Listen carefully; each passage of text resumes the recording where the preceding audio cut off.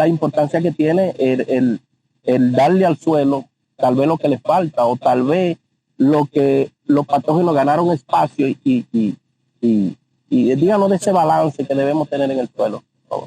Bueno, Gary, como bien tú introducías en esta propia pregunta, el balance es lo importante.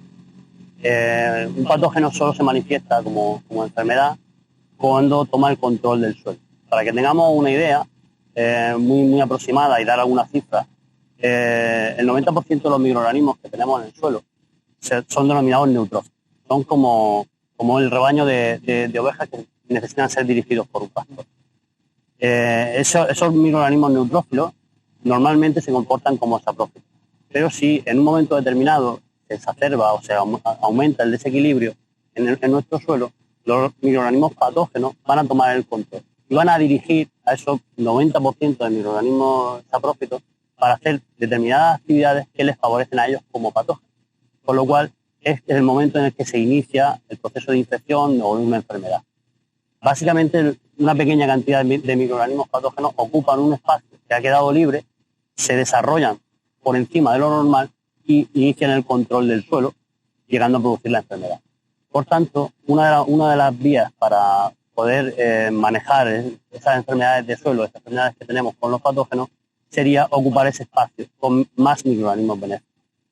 Tenemos que tener en cuenta que cuando tenemos un cultivo, un monocultivo, como este precioso huerto de mango que tenemos aquí, la diversidad biológica del suelo se reduce. Hay menos especies arbóreas, menos plantas de lo que hay normalmente en una selva, en un bosque, y esto ya de por sí implica una reducción en la biodiversidad de microorganismos que tenemos en el suelo. Se reduce la cantidad de microorganismos diferentes que tenemos y siempre hay alguno de esos que va a ser un patógeno o que podría llegar a ser un patógeno. Entonces nuestro trabajo es acercarnos lo más posible a un suelo de alta diversidad, como si tuviéramos un suelo donde hubiera mayor cantidad de plantas diferentes, de tal manera que unos microorganismos se desarrollan mejor junto a un determinado tipo de planta y otros junto a otro tipo determinado de planta. Como eso no es posible en agricultura intensiva, porque lo que prima es la rentabilidad y debe ser así, el negocio tiene que ser rentable, lo que nosotros proponemos es incorporar microorganismos de cepas seleccionadas que podamos aplicar en el suelo y ocupen ese espacio que se ha dejado libre por la falta de diversidad en el es decir, por no tener tantas plantas por metro cuadrado diferentes como habría en un bosque, en una selva o incluso en una pradera. Con esto lo que estamos consiguiendo es ocupar ese espacio y, como decía antes, impedir que esos microorganismos patógenos se conviertan realmente en una enfermedad. Eliminar los microorganismos patógenos es imposible. O sea, básicamente es imposible. No hay manera de exterminar todo en un suelo, no hay manera de exterminar todo, ni siquiera en una hidroponía, ni siquiera en un sistema NGS de recirculación de agua. En ningún tipo de sistema agrícola es posible eliminar todos los microorganismos. Lo que tenemos que hacer es manejar las poblaciones y buscar lo que tú decías, que para mí es la palabra clave, el equilibrio. O sea, una enfermedad no se controla con el exterminio, sino todo lo contrario, ocupando los espacios para que no se desarrollen enfermedades.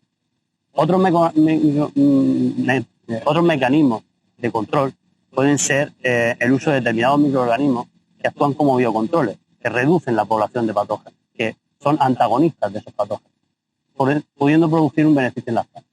Aquí, por ejemplo, tenemos el caso de las trichodermas. Nosotros manejamos trichoderma Cyanum T78, pronto estará llegando al país, aún en proceso de registro. Y ese tipo de microorganismos lo que van a hacer es, por su agresividad, ocupar ese espacio que está ocupando el patógeno, bajar la población de ese patógeno, bien por, como decía, tomar el mismo alimento que toma el patógeno, o bien por ocupar el espacio físico que en el suelo que ese patógeno podría aprovechar. De esta manera, de estas dos vías, serían las vías más eficientes para, de una manera sostenible y amigable con el ambiente, poder controlar y contrarrestar los patógenos.